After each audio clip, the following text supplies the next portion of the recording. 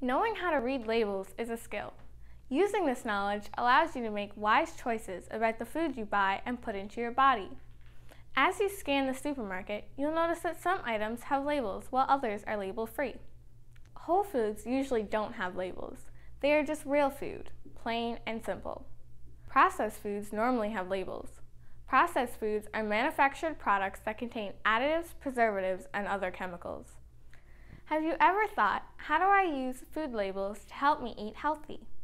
The 3 bits of information that can help you understand labels are: number 1, the ingredient list. Look at the list of ingredients to help you make healthier food choices. The list of ingredients tells you what is in your food. The ingredients are listed in order of weight, from most to least. This means that the food contains more of the ingredients at the beginning of the list and less of the ingredients at the end. Food companies have put the ingredients lists on packaged foods. The ingredient list may be found anywhere on the food label. Most of the time, it is close to the nutrition facts table. The ingredient list can help you find a specific ingredient and find a specific food allergen. The list of ingredients can also tell you what types of fat and sugar that are found in the food. There are lots of different names for saturated fat and trans fat and sugars. Did you know that there were so many names for saturated fat, bacon, beef fat, butter, chicken fat, cocoa butter, coconut or coconut oil, hydrogenated fats and oils, lard, palm or palm kernel oil, powdered whole milk solids, shortening, suet, and tallow. Did you know that any of these ingredients on the list mean trans fat? Hard margarine, hydrogenated fats and oils, partially hydrogenated fats and oils, and shortening. Read the label and see how many of these words you see. The more you see, then the more unhealthy fat the product contains. Did you know that there are over 30 names for sugar? If you see any of these in the list of ingredients, they mean sugar. Brown sugar, cane juice extract, corn syrup, demerara and turbinado sugar, dextrose, evaporated cane juice, fructose, galactose, glucose, glucose fructose, high fructose corn syrup, honey, inverted sugar, lactose, liquid sugar, maltose, molasses, sucrose, syrup, and treacle. A helpful tip when looking for sugar is to look for "-ose" at the end of an ingredient. This usually means sugar. When sugar is one of the first 3 ingredients, or it is listed several times on the label, then it is high in sugar. Sugar is particularly harmful for us Newfoundlanders and Labradorians. When you look at the ingredient list, it is good to remember that less is more. The fewer the ingredients usually means the food is less processed.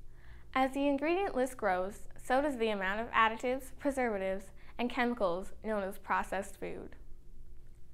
Number 2, look at the nutrition facts table. The nutrition facts table is mandatory for most products in Canada. The first thing to look at is the serving size. The rest of the numbers that follow on the table are based on a specific serving size. This is one of the most important things to look for on the label. Then ask yourself, do I normally eat the serving size listed? If so, then go ahead and read the numbers listed. Do I normally eat twice as much as the serving size listed? If so, then all of the numbers on the facts table need to be doubled. Do I normally eat half the serving size?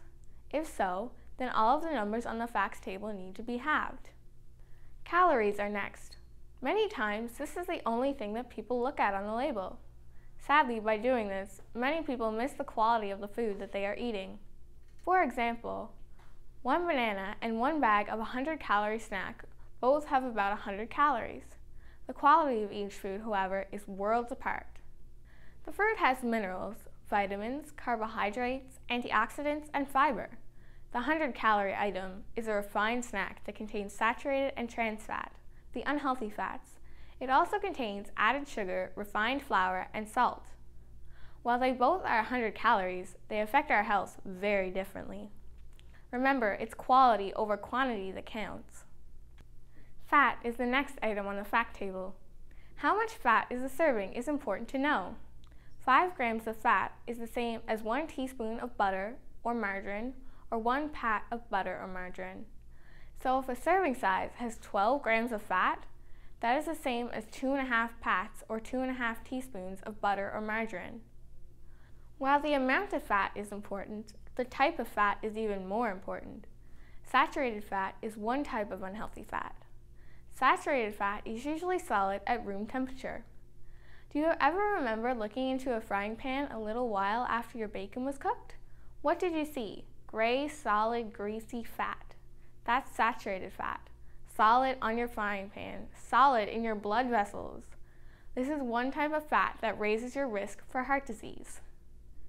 Trans fats are another type of fat that are unhealthy. Research shows that manufactured trans fats may actually be one of the worst fats for our health, especially for children. During processing, liquid oils such as canola oil, which are normally healthy, are converted to act like a solid fat. Remember our saturated fat from before? The end fat is known as trans fat. The aim for trans fat is 0. That's right, none. Cholesterol is a fat that's made by our bodies. Even if we never eat cholesterol, our liver can make it for us. Did you know that animals and animal products are the only things that have cholesterol? Yes, because they have a liver. So if you see cholesterol-free claim on a plant product, it never had cholesterol to begin with. It doesn't mean that the product is fat-free, because it can be cooked in fat. Food cholesterol doesn't affect our blood cholesterol levels as much as saturated and trans fats found in foods. Sodium is another name for salt. Reducing our salt intake can protect us against heart disease, high blood pressure, and kidney disease. The more processed a food, usually the more salt it contains. Carbohydrate is so important for us to look for on the label. Given our makeup, we are more at risk for insulin resistance and diabetes. Carbohydrates can make our pancreas go into overdrive and work extra hard. Fiber is important for our insides and helps with blood sugar levels. The more fiber a product has, the longer it takes to be digested. Sugars on the nutrition facts table include both added sugars and sugars found in the ingredients of the product, such as dried fruit.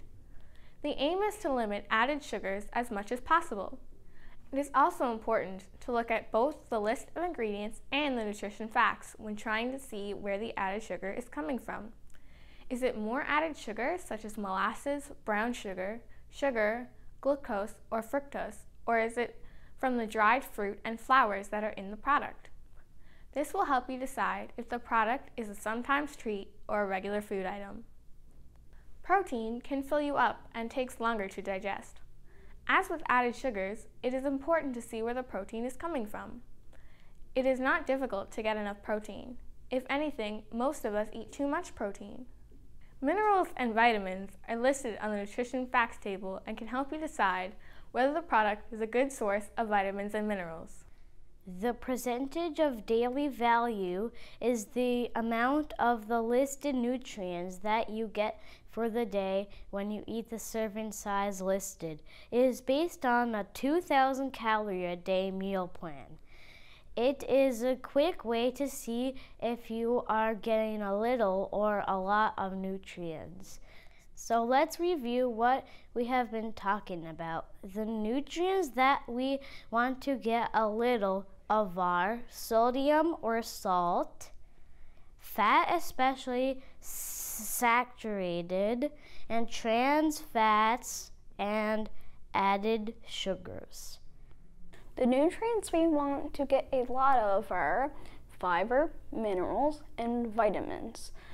5% or less of a nutrient means a little, while 20% or more of a nutrient means a lot.